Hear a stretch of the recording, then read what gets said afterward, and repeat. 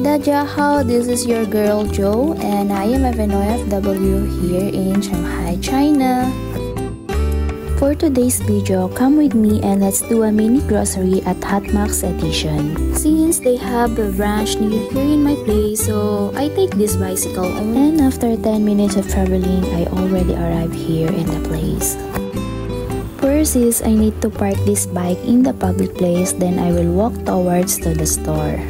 Mostly kapag nag-grocery nga ako ay umu-order lang ako online, but this time since maganda naman ang weather and wala naman akong ginagawa kaya naisipan ko na lumabas na lang dito sa gawin namin. Actually, I discovered one store here in China which they sell very affordable items with a lot of discount. Kaya naman if you are interested, keep watching and tara sama ka.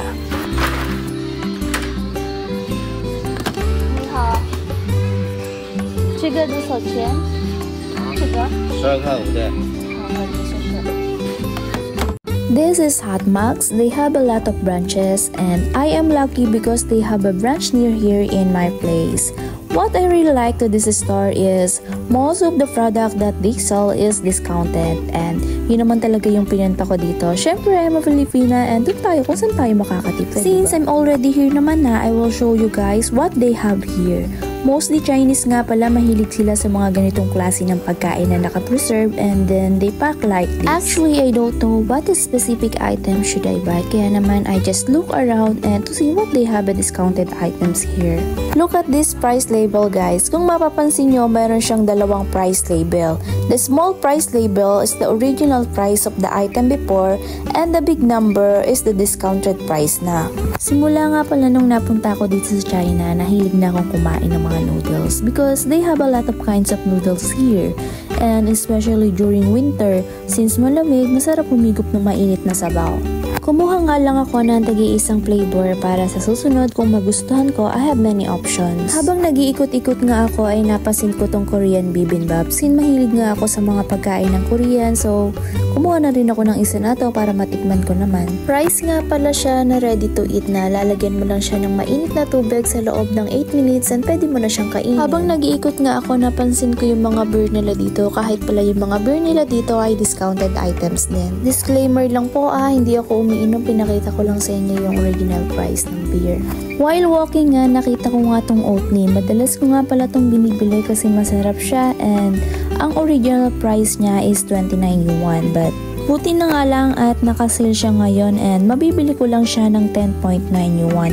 Malaking discount na din yun Pero syempre, bago ko bilhin, I always check the expiration date. Baka kasi mamaya kaya pala nakasale is kinabukasan na expired na. Buti na nga lang at hindi naman matagal pa ang expiration date. Meron nga palang isang pagkain na nakakuha ng atensyon ko.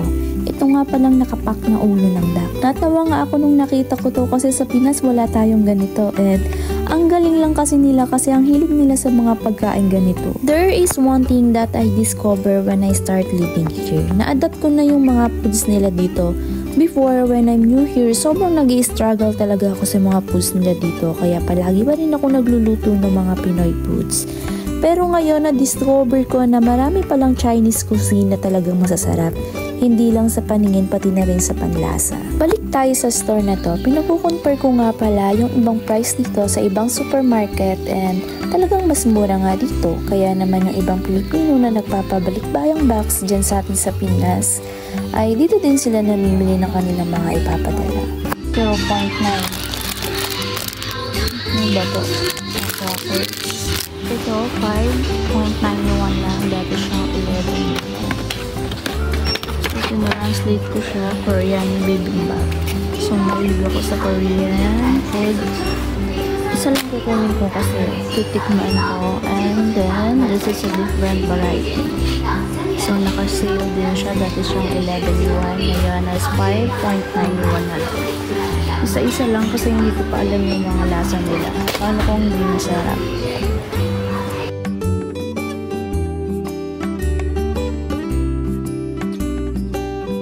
And kahit nga pala yung mga chocolates nila dito is naka-sale din.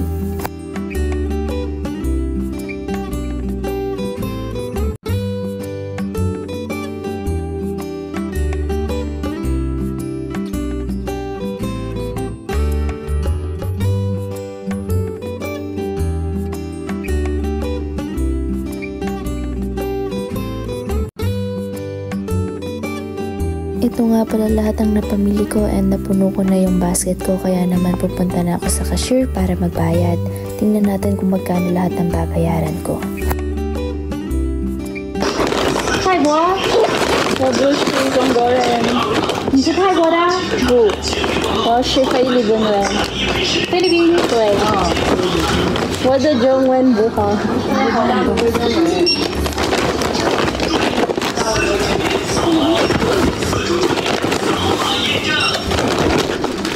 那个呢？哎。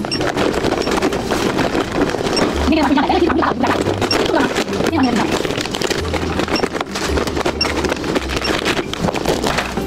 那个不讲了。 Ang binayaran ko lang is 155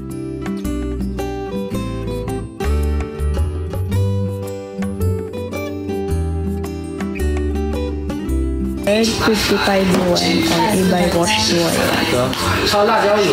Paalis na nga sana ako nang nakita ko yung kukos na yon, 2.9 yuan lang. Sabi ko sa cashier, sige kunin ko na nga din yan. Sabi niya, nag-iisa na nga lang din daw yun.